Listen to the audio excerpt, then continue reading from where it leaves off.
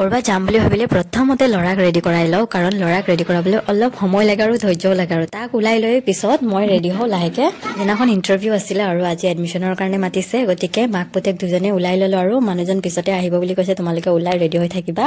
আসসালামু আলাইকুম গাইস মই জেসমিন আৰু আপোনালোকে চাই আছে জেসমিন মহাখায়ৰ এইকেইদিন একদম কষ্ট হৈ গৈছে ৰোজা ৰাখি লৈ দৌৰা দৌৰে ইফালে আকৌ অভাৰ ডিউটিও নাইট আৰু ডে কবলে নাই আৰু সব সমান হৈ গৈছে ইমানে ডিউটি পৰিছে আৰু হলেও অলপ সময় উলি আহিছে আৰু লৰাক এডমিশন কৰিলৈ আমি ওলালো জানেনে ইমানে মানে মোৰ চিন্তা লৰা এডমিশন পাবনে নাই ইন্টাৰভিউত পাছ হ'বনে নাই ঢেৰ মানে আজি এডমিশন কৰাই লৈ হে অলপ শান্তি লাগিছে আৰু এই সন্মুখত চাইছেনে যি পাহাৰখন এই পাহাৰখনতে আছে মালিনী থান মা মালিনী থান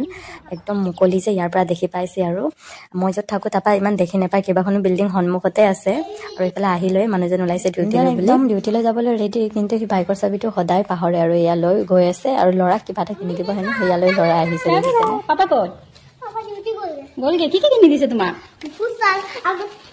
ফুটবল বা আৰু